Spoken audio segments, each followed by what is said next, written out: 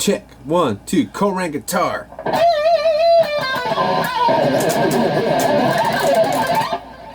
Reread number 10. Could have at least played that sloppy like I did. Welcome back, guys. This is Shred Talk number something. I don't know. Yeah. This is all on economy picking. So yeah, we haven't really touched on this. I think we may have, I don't know, mentioned it before, but never did a lick specifically designed for that. yeah, So yeah, I think it's about time. it is. So basically, if you can sweep, you can kind of put that into the economy picking, right? Right. Yeah. Imagine doing a sweep, because it's sweeps. Maybe mopping, I guess too. But imagine doing that alternate picking the whole time. It's, I don't know. No, it doesn't It's work. kind of hard. If you want to do it as fast as just economy pick it, right? So the idea is just to make it easier for yourself, using less energy, less motion to achieve that, right? So Yeah. So like if we were to go through like an alternate picking run, if we were to do like a 3-note per string all the way up through, right? So right, yeah. Like I actually kind of use it right now. yeah. So it's like, you're, down, up, down, down, up, down, down, up, down, down, up, down, down, up, down, down, up, down. When you transition to the next string, it's gonna end on a down and start on a down. Yeah, and then it's vice weird. versa. So it's like Backwards, down, yeah. up, down, down, up, down, down, up, down, down, up, down, down, up, down, down, up, down. Yeah. And then backwards. the same with the backwards. I always found that to be a hard. little bit harder. It is hard. But yeah, that's based what we did on popular guitar players like Frank Mbali, who like wrote a whole book on it and everything, and claims that it's his thing. To people like Yngwie, and even just like modern musicians like who we have now, us and some other. Yeah, everyone uses it seems at some point. Yeah. I mean, it's hard to not play economically. Yeah. That's the point of the guitarist, right? To make everything easier for yourself, because you want to rock out, you want to fucking, have a good time on stage or whatever, wherever you are. If you don't perform live, it's very useful to achieve like fast runs and whatever. So yeah, we made up a little tune, because why not make it musical, not just fucking shreddy and everything useless. I think that's kind of useless, right? So we made a little jam, and yeah, hope you like it. Hope you dig it. Hope you learn something from it. So check it out.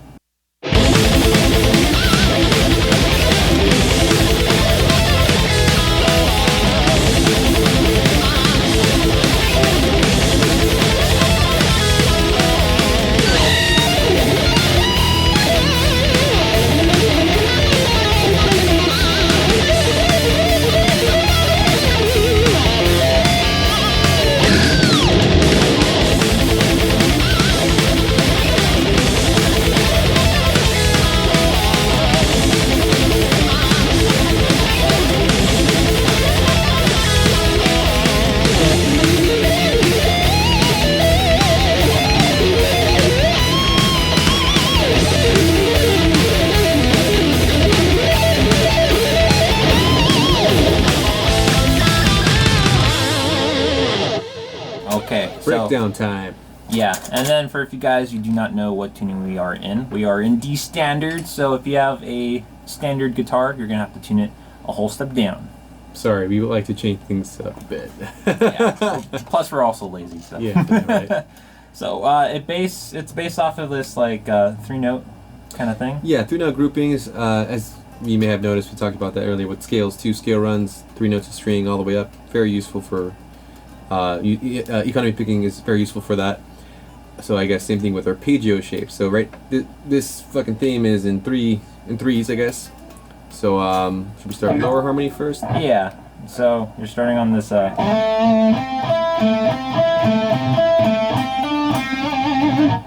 And then where were we? I forget it. It's Yeah. so weird to slow down. Yeah. So, That's right. And then this is where it gets really stupid. Yeah. If you're not good with barring and rolling arpeggios and stuff, including myself, this is going to be a pain in the butt. But essentially, we're kind of going up into like the scale, like the. Yeah, all this is in B minor shape kind of thing. So you just hit the same. It's just the basic triad, right? We don't do anything funky till like the last part, right? Which, Yeah. So the last part. So you climb up after the. And then that's where the whole economy picking kind of helps out. So it's like on this part, you down, up, it's weird yeah, slowing down it's like that. so weird. It's slowing down like because with like the whole thing of like the pick motion is like the faster you go, it's almost like the easier just to play, right? Yeah, because you're getting a groove. So yeah, it's kind of weird. So it's almost like you're using like this this D shape right here. So you go right. So yeah, down, up, down, up, down. So that. Yeah, so that's part stupid. And then it gets even harder with like the and like Conan said, just like the same 3 notes.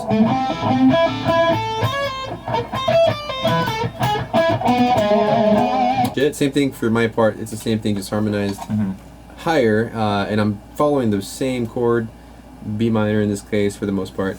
So it's the same shape, but I'm starting on the same string, so it feels different, looks different. So and then I can't even do it slow. There you go. So the next part is just. I can't do it slow. There you go. Take a breath, right? Take a breather. It's so weird to do that, and I don't know why we fucking wrote this. Why did we do this? We were fucking around and say, "Oh, this would be a sick song, like a sick idea," and then. Well, the thing is like it's Don't like mistake it for like the entire thing is like strictly economy. We're basically using the motion in many parts of this whole section. If we did a whole thing of economy picking, that's when it becomes really tough to really plan out your notes, because it's weird if you do a scale and you're ascending, you have to end on like a certain amount of notes for the turnaround to be all in economy picking. So you could like map it out to have that same technique throughout. And even then, why would you want to hear a whole piece like that? Yeah, exactly. It's boring. That's why we did solos in between the themes, to kind of give some, I guess pacing and whatever. But your solo's first. Oh yeah, that's right. So yeah, let's see. I forgot what I do. Well, in this, the whole thing's in B minor, the theme, and then the middle sections, I guess, the solo sections are in I guess in the same key, but they go in a different key area. So we go from B minor to E minor in a sense. So we're playing between E minor and F sharp Phrygian, which is I guess in the key of B harmonic minor. So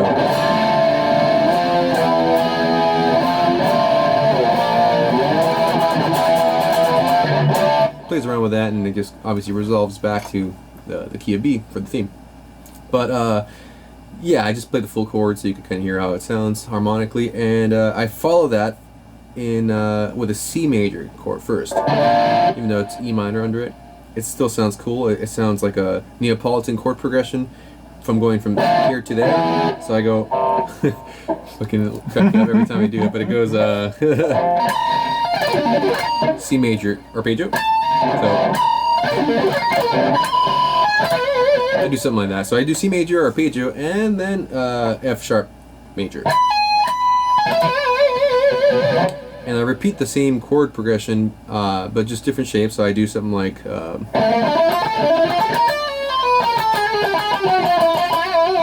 something like that. But I'm following the shapes, as you can see, by doing like a Marty Friedman, Jason Becker thing. Oh, I've changed it up there. Sorry. I chromatically lead into the next chord, which is F sharp major. I go. A little chromaticism there too, but and do the same, which is C major, with a little note in there, with the F sharp in there. Why not? Carry the same idea to the next chord. And then my favorite part is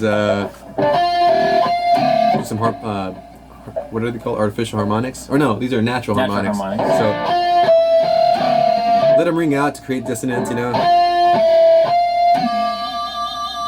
And then why not? Unfortunately, you do have to have a Whammy locking bar. system or some sort of whammy bar that won't get you out of tune when you produce these crazy whammy bar I acrobatics. guess if you don't have that, you could just go and bend from here. Yeah, with the string tree. And instead of doing the fucking, you just fucking, you know, improvise. It's cool. Detune the Yeah. Oh yeah, right. OE. Whatever. But yeah, that's my stupid solo because it's, I don't know. I felt I needed that. Exactly. It won't be a clarinet solo without it. Yeah. That silly shit. All right, now your solo. Obviously, it's going to be in the same key or chord progression, but yeah, it's a little different style, different stuff going on. Exactly. We both like Marty Friedman and Jason Becker, so I basically do the same thing. And these notes, and I basically follow that again.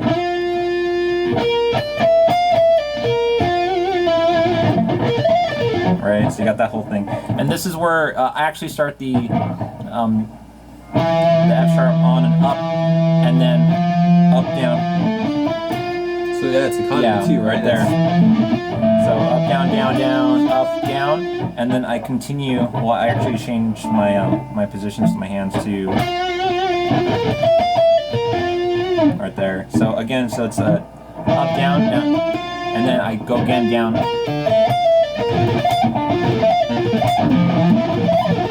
And then right there. So it's a slide. And it's a little bit of like a diminish or run like. And then again you're doing the whole economy picking for that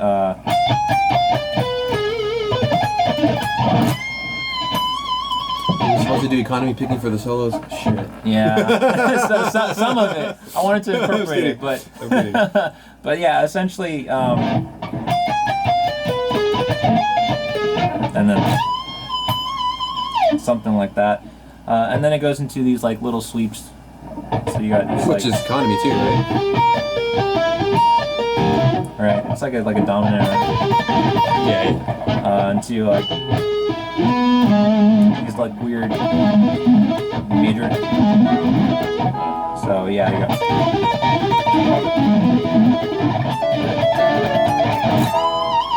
And it follows basically the chord progression in the song, and then this like little.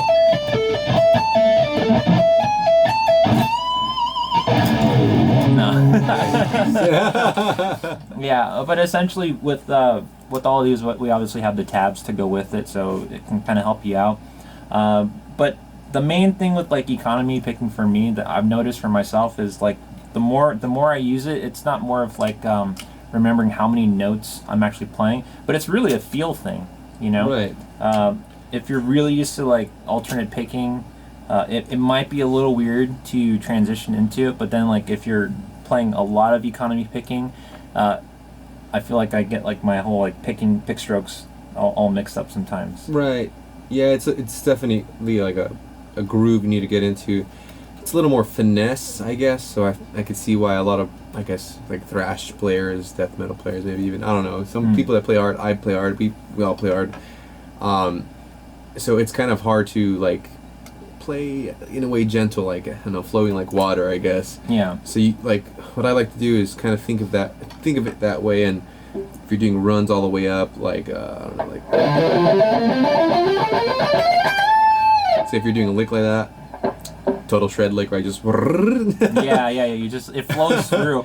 Yeah, you want to get like, so what I like to like teach usually to my students is to just, instead of trying the whole thing, just fucking do 2 strings at a time and loop that, or you know, like, I'm doing a different scale now, so So if you're going down, up, down, up, down, you want to get that feel, down. So it might be too soon to cram them back to back like that, but space them out, whatever. Just to get that. It's a little weird. It's not the typical, Yeah. kind of motion. So it does feel different, and yeah, all you gotta do. I think the way to master is just do it slow, to the metronome, just to painstakingly slow Yeah. to get that groove down and get that tack even. But yeah, it's very useful. It's a very useful technique that kind of just sprout. We don't think about it usually, like, oh, I'm gonna do economy picking for that. Yeah, it just kind of happens. So. Yeah, it's weird because like you saw with us, it's weird like how when you break it down like really slow, it really throws you off. So definitely practice at like a moderate tempo, something that you're kind of familiar with. If you can play like, that's a great starting point. If I'm ever like slowing it down and like intensely, I would actually, I know it's kind of hard to see from this camera angle, but I would deliberately ensure like I'm doing like these like dramatic downstrokes and upstrokes to kind of get a feel of like where your pick is resting and going to like the next string. It's with that whole downward pick slanting and upward pick slanting kind of thing. Yeah, because angle does play a huge factor in that, right? Like if you're going up and down, it does help to change the angle a bit. I mean, sometimes I like to force myself to keep my hand in the same position as much as possible, but sometimes it helps just to kind of change it, especially if it calls for it, if the lick calls for it. But yeah, it's tricky at times. Yeah. It depends on the lick, depends on what you want to achieve, and there's so many possibilities, right? So exactly, it's it all depends on what you want to do. But yeah, it's good to pay attention to that if you're ever caught, if you catch yourself stuck, like, oh, I can't get this lick down. It could be your picking, could be alternate versus economy picking at some parts or whatever. So yeah, at that point it's good to observe yourself and try different things, try different techniques and whatnot. Absolutely. I think that covers most of what we have for all alternate and economy picking. I know. Maybe we should do another economy picking lesson with more scale-based stuff. This was more arpeggio, right? Like small units of arpeggios. So yeah, we may do another one like this. What do you guys think? Let us know in the comments. And yeah, hit us up for guitar lessons or whatever. This year is fucked up. We know we're all suffering from this greatly. Yeah. So we gotta do this more often then, right? Yeah. Practice certain things that we tell you. We're obviously not practicing social distancing. No. But you'll figure out what works for you and what doesn't. Picks play a crucial role too, so mess around with some different variety of picks and pick shapes and pick thicknesses. Yeah, and then follow us on all of our social media platforms down below. Like, dislike, and subscribe if you haven't. Follow us on Instagram. That's where you'll find most of us, and especially more of our lick library on the cloud. I like that, lick library. A lick library. I'm gonna steal that. That's mine now. Damn it. Well, you guys heard it from there. Otherwise, we'll see you guys next time. Hopefully we'll give you guys another video, not in another year, because we do have more time, but we are still working. So yeah. Until next time, we'll see you guys later. Straight on. Straight on.